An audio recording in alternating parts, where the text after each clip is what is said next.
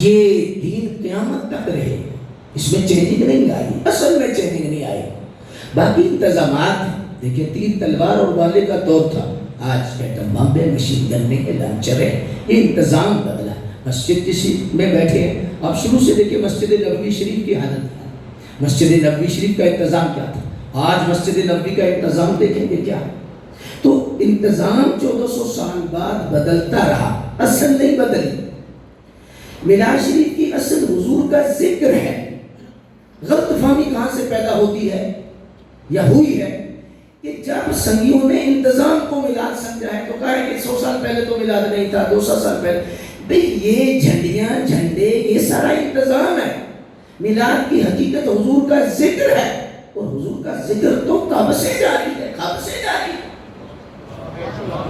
اس بات کو سمجھنا بہت اشد ضروری ہے، چونکہ جو ہے وہ امن کو قائم کرنا یہ وقت کی بھی ضرورت ہے، اور اسلام کا مزاج ہی امن ہے۔ جب اسلام میں بندہ ملتا ہے السلام علیکم کہتا ہے، اشارہ کرتا ہے میری ذات سے اب کو امن ہے۔ تو اسلام ہمیشہ ہمیشہ سکون، امن، اتحاد، اتفاق کا اعلان کرتا ہے۔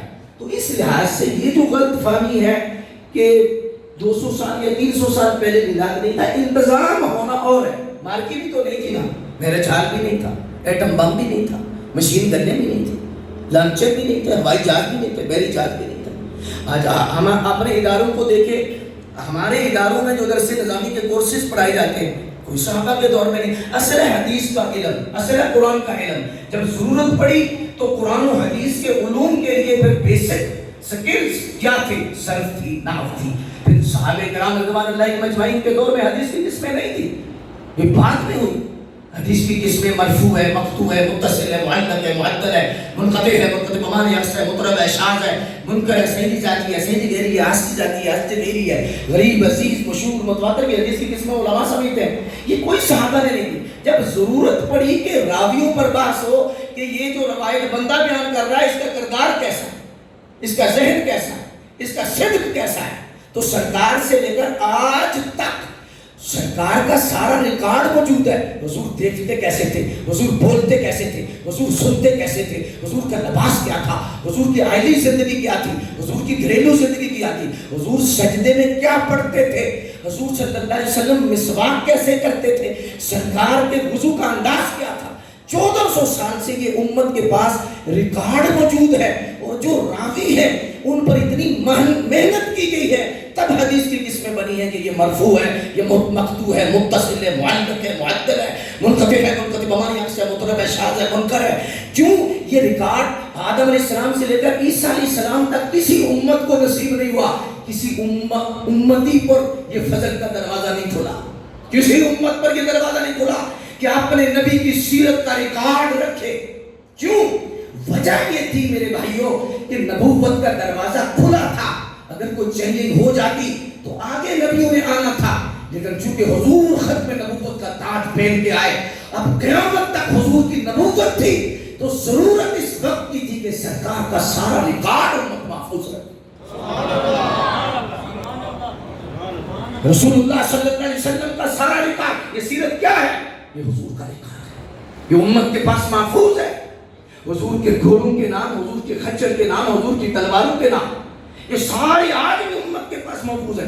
آج علامہ صاحبزادہ خشرود احمد صدیقی صاحب حدیث بیان کرتے ہیں تو ان کے پاس پورا ریکارڈ ہے، ان سے فلاں نے سنا، فلاں سے سنا، فلاں نے سنا، فلاں نے سنا، فلاں نے سنا، فلاں نے سنا، فلاں نے سنا، فلاں سے مولا علی نے سنا، مولا علی نے حضور سے سنا، حضور سے لے کر آج تک پورا ریکارڈ امت کے پاس موجود ہے، اس لیے کہ کسی نئے نبی کی ضرورت ہی نہیں۔ حضور ختم النبی، ختم المرسلین بن کے آئے، ختم نبوت کا تاج سجا کر آئے۔ تو اس لحاظ سے مقدر سامعین حضرات، یہ انتظامات کا جو سلسلہ ہے یہ بڑھتا رہے گا، چینج ہوتا رہے گا، لیکن اصل نہیں بدلے گی۔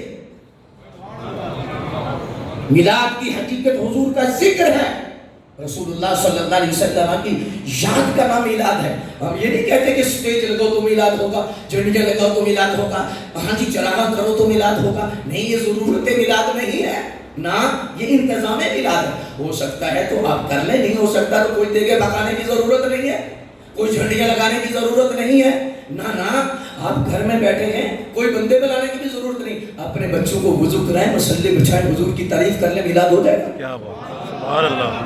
کیونکہ ضرورت میلاد یہ ہے ہی نہیں. یہ جھنڈیاں جھنڈے یہ ضرورت میلاد نہیں، یہ انتظام میلاد ہے، یہ عقیدت ہے. جیسے بچے کی شادی پر ہم چراغاں کر دیتے ہیں، کوئی فرض تو نہیں ہے نا چراغاں. ہاں جی 14 اگست پر ہم ریلیاں نکالتے ہیں، جلوس نکالتے ہیں. وہ کیا ہے کہ اس میں اللہ نے ایک نعمت دی، ہم ایک جمعیت ثابت کرتے ہیں. ہم پوری پاکستان میں آزاد کشمیر میں ہم ایک اظہار خوشی کا کرتے ہیں کہ اللہ نے ہمیں نعمت دی. چراغاں کرتے ہیں، ہم جلوس نکالتے ہیں، ریلیاں نکالتے ہیں. کیا ہے کہ اللہ نے 14 اگست کو پاکستان جیسی نعمت عطا فرمائی.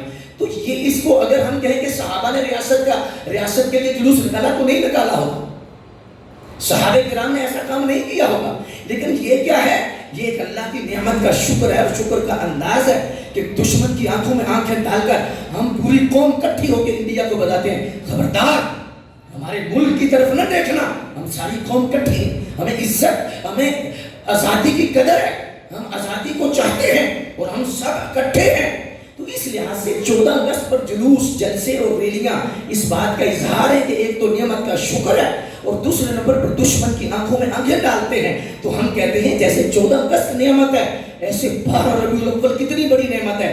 14 اگست کو تو پاکستان بنا تھا، اور 12 ربیع الاول کو وہ آیا جس کے صدقے سارا جہان بنا تھا. تو اس لحاظ سے اب دیکھیے کہ جلوس سے اگر انڈیا پر روک پڑ سکتا ہے، اسرائیل پر دشمنوں نے پاکستان پر روک پڑتا ہے جلوس سے، جلسے سے، ریلی سے. اس لیے ساری جماعتیں نکالتی ہیں بلا تفریق مسلک، سب 14 اگست کو نکلتے ہیں کہ دشمن پر دھاک بیٹھتی ہے اور دشمن کے اوپر ایک پورا روک پڑتا ہے. تو 12 ربیع الاول کو بھی پوری امت نکلتی ہے رسول اللہ سے وفا کا اظہار کے لیے، کہ تاکہ دشمنان دین خبردار ہو جائیں. خبردار حضور کے خاکے نہ بنانا، حضور کی امت زندہ ہے. رسول اللہ صلی اللہ علیہ وآلہ وسلم کی امت میں ابھی غیرت ہے. حضور صلی اللہ علیہ وسلم کی شان اور عظمت کے لیے امت ہر کردار ادا کرے گی. تو یہ اس چیز کا اظہار ہے. اور دوسرے نمبر پر مقتدر سمجھنا دو باتیں بڑی قابل غور ہیں. ایک تو ہے کہ جو خوشی کا تصور ہے نا، میں نے ماضی قریب کے اندر ہماری گجرانوالہ ڈویژن کی بہت بڑی ایک میٹنگ تھی، امن میٹنگ، اور ہم اس کا حصہ ہیں. تو اس میں آر پی او صاحب، ڈی سی او صاحب اور بہت سارے حضرات شامل تھے، اور ان میں ہم سے مشاورت ہوئی، اور بعد میں ہمارے دیوبند مسلک کے، اہل حدیث مسلک کے علماء کو بھی بٹھایا تھا. میں نے ان سے برادرانہ ایک سوال کیا.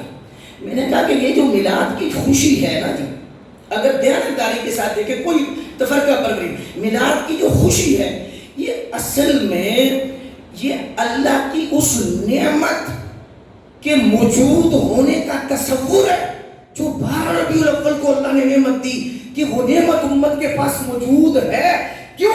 کسی اور نعمت کی ضرورت نہیں کہ کوئی نیا نبی لے آئے، ہمارے پاس وہ نعمت موجود ہے. ہم اس نعمت کی قدر کرتے ہیں. تو اس لحاظ سے میں نے ان سے عرض کیا، تفنن عرض کیا، میں نے کہا یہ جو خوشی کا معاملہ، میلاد شریف کی خوشی کا معاملہ ہے، یہ اصل میں عقیدہ ختم نبوت پر پہرا ہے، عقیدہ ختم نبوت کا تحفظ ہے. اور یہ جو غم کا بیانیہ ہے یہ ادھر سے کسی مسلک کا نہیں ہو سکتا، کوئی مسلک کرے اس کی اپنی، اصل میں مرضی کا بیانیہ ہے غم کا، کہ غم کرو غم کرو غم کرو غم کرو غم کرو. ہم جتنی تحقیق ہم نے کی، یہ مرضی کا بیانیہ ہے کہ غم کرو. کیسے؟ قادیانی چاہتا ہے کہ جب امت غم کرے گی تو سیٹ خالی ہوگی، وہ چلے گئے وہ چلے گئے وہ چلے گئے، تو اب ضرورت نبوت ہے. تو جب ضرورت نبوت ہوگی تو پھر نئے کو مانیں گے. تو غم کا بیانیہ مرضی کا ہے اور خوشی کا بیانیہ مسلمانوں کا، کہ ہمیں کسی نئے کی ضرورت ہی نہیں، ہمارے تو ہے. دیکھو جی کہ صحابہ نے غم نہیں کیا، جی کیا ہے، بالکل اس لیے کیا ہے کہ حضور دو حیثیتوں کے ان کے پاس آئے. مثال کے طور پر جسمانی طور پر بھی آئے، روحانی طور پر بھی آئے. بلکہ اونٹنی نے کنویں میں چھلانگ ماری. صحابہ نے اللہ سے عرض کی کہ یا اللہ آنکھیں لے لے. یہ سارا سلسلہ ہوا. میرے بھائیو غور کرو، ان کے پاس دو حیثیتوں سے آئے، جسمانی طور پر اور روحانی طور پر. ان کا بنتا تھا جب جسمانی طور پر جدائی ہوئی، فراق ہوا، غم منائے، غم کریں، اور اس کی بھی حدود تھی. تو سارے کا سارا ان کا بنتا تھا غم کرنا، غم کیا، اس کا انکار نہیں ہے. صحابہ کے پاس جسمانی طور پر بھی آئے، روحانی طور پر بھی آئے، لیکن ہم غم اس لیے نہیں کرتے کہ ہمارے پاس روحانی طور پر آئے، جب سے آئے ہیں گئے ہی نہیں۔ بات سمجھنے کی کوشش، کوئی تنقید نہیں، کوئی تفرقہ برداری نہیں ہے۔ ہم سمجھانا چاہتے ہیں قوم کو کہ یہ کوئی مسئلہ لڑنے والا نہیں، یہ مسئلہ تو سرکار کی عزت و حرمت کا اور امت کے اکٹھے ہونے کا مسئلہ ہے۔ بات سمجھے ہیں کہ یہ نہیں سمجھے؟ اچھا، پھر دوسرے نمبر پر ایک اور بات بھی ہے جو محبت سے عرض کرنا چاہوں۔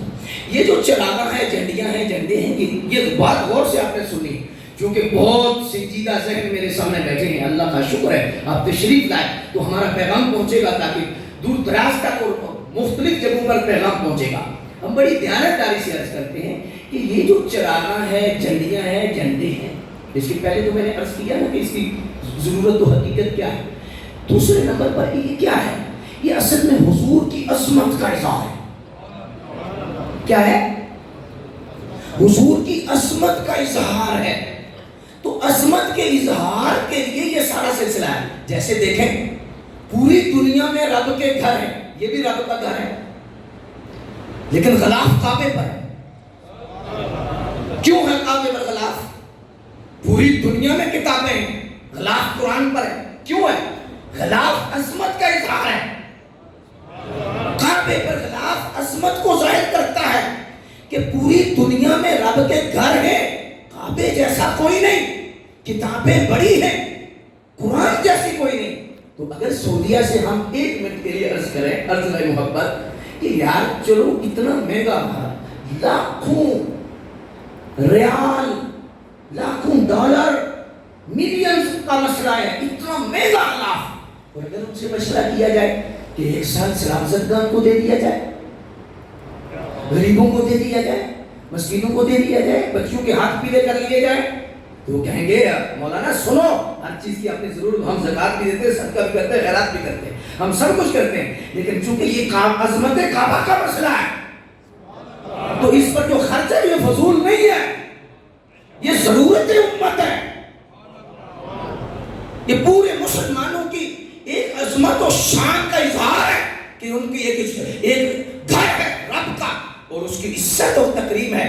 ہم دیانتداری سے سوال کرنا چاہتے ہیں، ہم میلاد میں جھنڈیاں، جلسے، جلوس، یا یہ جو تعظیم کا انتظام ہے یہ امت اس لیے کرتی ہے کہ جیسے رب کے گھر تو بڑے ہیں، کعبے جیسا کوئی نہیں، کتابیں تو بڑی ہیں، لیکن قرآن جیسا کوئی نہیں۔ ہم کہتے ہیں آدم علیہ السلام سے لے کر آج تک قیامت تک بچے بڑے پیدا ہوئے، ہو رہے ہیں، ہوں گے، لیکن جو 12 ربیع الاول کو آیا ایسا کوئی نہیں۔